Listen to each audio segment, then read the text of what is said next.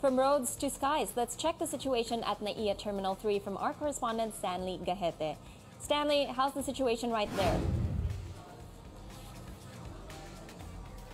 Some people are flying out of Metro Manila ahead of holidays by the thousands, and most of airline companies say that most of their flights are now fully booked, and bookings are near capacity up to the middle of January.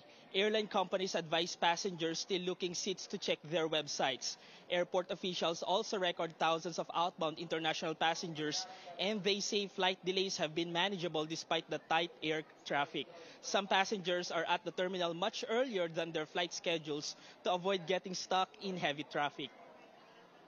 Inagahan namin kasi baka matraffic kami.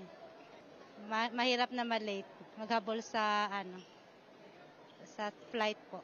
Based sa flight status, naman po, updated naman. Mainit. Pero okay lang naman po.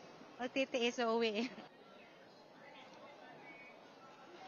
Again, a reminder to travelers, no more X-ray machines at the airport entrance, providing more convenience to passengers as they can go straight to check-in counters.